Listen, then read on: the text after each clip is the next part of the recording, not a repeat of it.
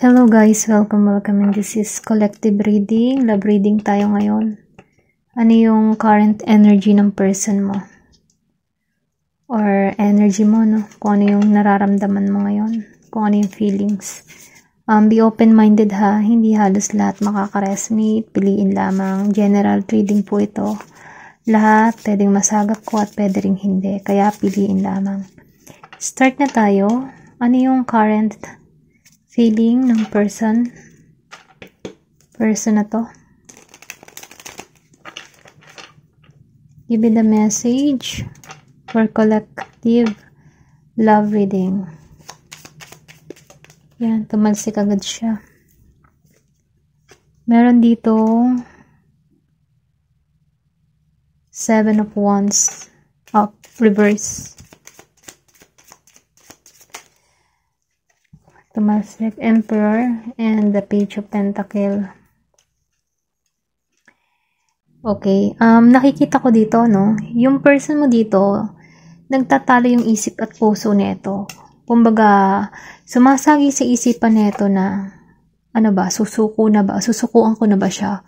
Or kakausapin ko siya? Ganon yung energy niya. Kumbaga, nagtatalo siya, nalilito siya sa sarili niya. Kasi, meron siyang sariling paniniwala or sabihin natin na inaamin niya sa sarili niya na talo siya sa sitwasyon, okay? Kasi maybe itong tao na ito na siya, kumbaga marami siyang atraso sa'yo, kaya hindi niya alam kung paano siya papasok muli sa buhay mo. Kasi ngayon nakikita ka niya na ikaw ngayon yung tipo ng tao na matagumpay, maybe nakikita ka pa rin nito sa social media, ini-stalk ka ng tao nito. At nakikita ka niya ng tagumpay, kumbaga, nag-iba ka ng iyong, sabihin natin na nag-iba, may inayos kasi yung sarili, okay? Then, ikinagulat ng tao nito. Then, nakikita ko dito kasi na, ikaw yung tipo ng tao, no? Hindi halos lahat. Siguro meron kayong age gap sa bawat isa, may matanda at bata dito.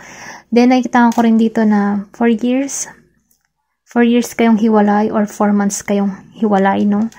Then meron ka ditong person na Aries, Virgo, and Leo. Yun lang nakikita ko.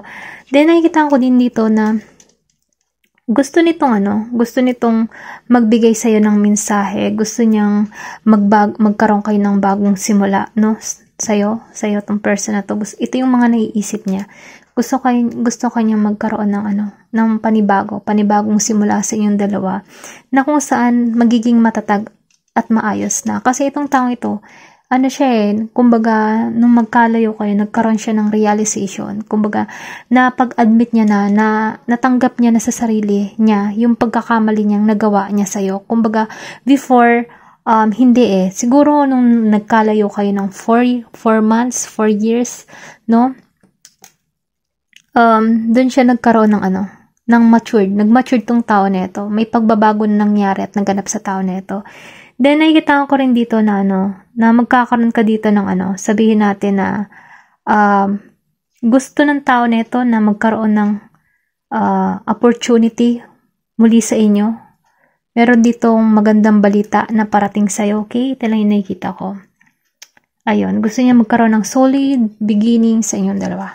Kasi maybe dahil malaki na yung inangat mo sa buhay or malaki na yung pagbabago na nangyayari sa iyong buhay. Iba ka na sa before na nakita ka niya, okay? Tingnan pa natin kung ano pa yung mga mensahe para sa'yo. Give me more information.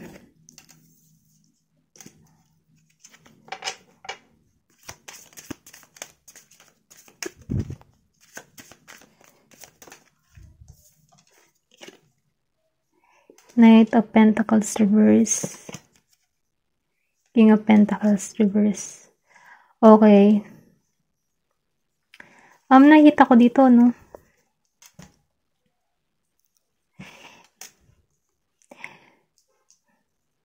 Kaya siguro itong taong to, yung person mo, lalapit sa'yo kasi ikaw kasi lumalago, siya hindi. Maybe ikaw yung tao na masikap, no? Siya kasi ngayon, gipit siya ngayon kumbaga, nahihirapan siya sa sitwasyon niya. I think nagkamali yung person mo, no, sa pagpili. Kasi hindi siya naging successful sa pinili niya, sa kanyang tinunguhan or pinuntahan or pinagpalit sa'yo, no? Hindi siya naging successful. Ngayon siya nagkakaroon siya ng realize. Inamin niya na sa sarili niya yung pagkakamali niya, no? Then, nakikitaan ko rin dito na nababalitaan ka niya sa kapamilya, sa mga friends mo, may kaugnayan din sa kanya, na ikaw ay tumatayog, nagtatagumpay, dun siya nakakasagap ng balita sa'yo. Kaya itong taong ito, ngayon yan nare-realize na mali yung kanyang pinili. Then, nakikita ko rin dito na, kasi yung person mo dito sabihin natin na may user before, no? May pagkatamad, kumbaga, hindi siya nagsusumika para sa kanya sarili. So, ngayon nandun ka sa energy ng pagiging emperor. Nagkakaroon ka dito ng maraming tagumpay na nangyayari sa buhay mo. Kaya itong taong to, nakakaramdam ng inggit para sa'yo. Gusto niyang bumalik sa buhay mo. Kasi, magkasama kayo, siguro ikaw din yung person dito na nagbibigay, no, sa tao na ito.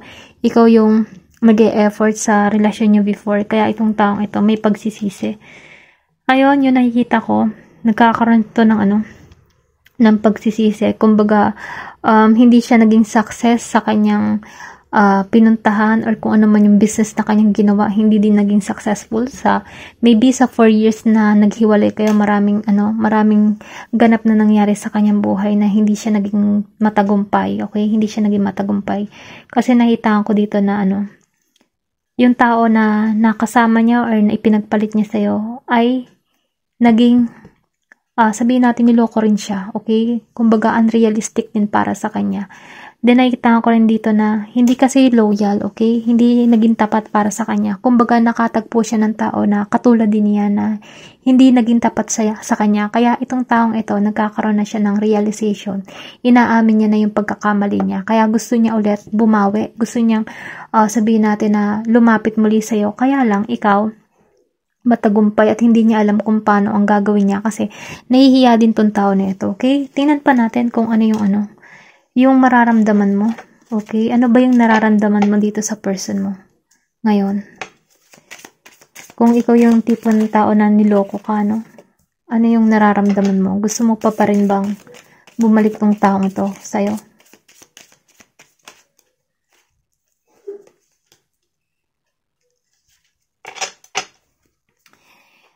Yung current feeling mo sa tao na ito, no?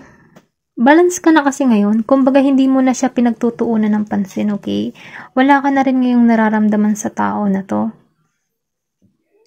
Mas natatakot ka pa nga sa sarili mo kapag lumapit muli ito kasi ayaw mo na yung pakaramdam na mabalisa, okay? Ayaw mo ma-depress, ayaw mo maging, alam mo yun, yung tipo na ayaw mong maraming pumapasok sa isipan mo.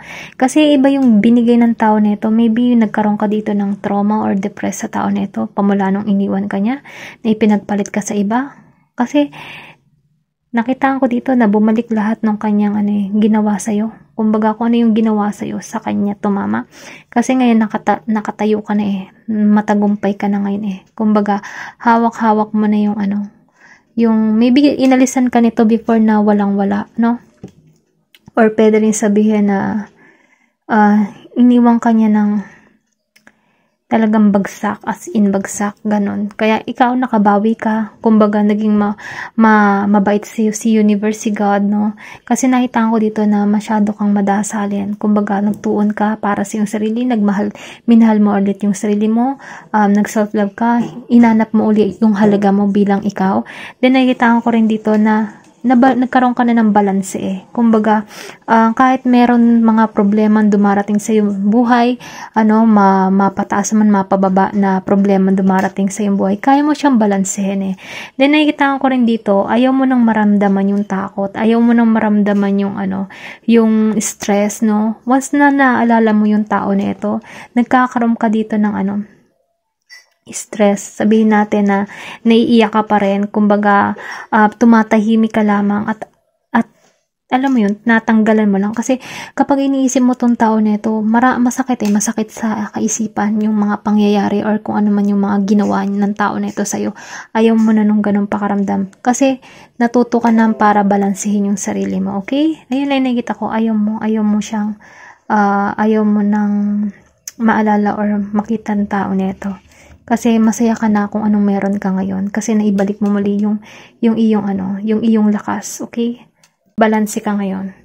Then, tingnan pa natin, give me more information. Ano pa yung nararamdaman mo para sa tao na to? Okay?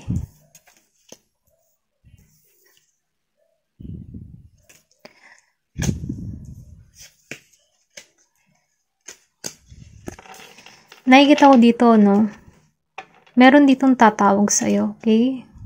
Or pwede rin sabihin na kaya ka wala na nararamdaman dito kasi meron na nagpapatibok ng puso mo. Meron ka ng bago ngayon. Okay? Nakita ko. Meron kasi ka ditong tao na nagmamahal muli.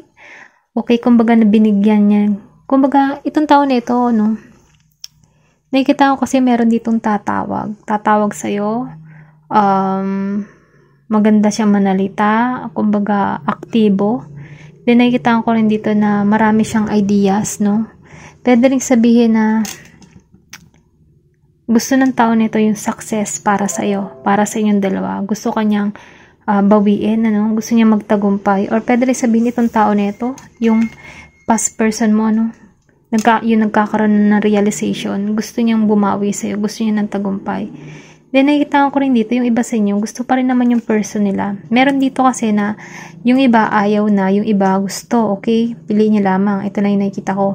Yung iba gusto pang bumalik sa person niya, gusto ng panibagong pagkakataon, gustong panibagong start, okay? Gusto magtagumpay, kasi mahal pa nila ang isa't isa okay? Kumbaga, nagkaroon lang dito ng lesson, learning sa inyong dalawa. Kasi nakikita ka rin dito na,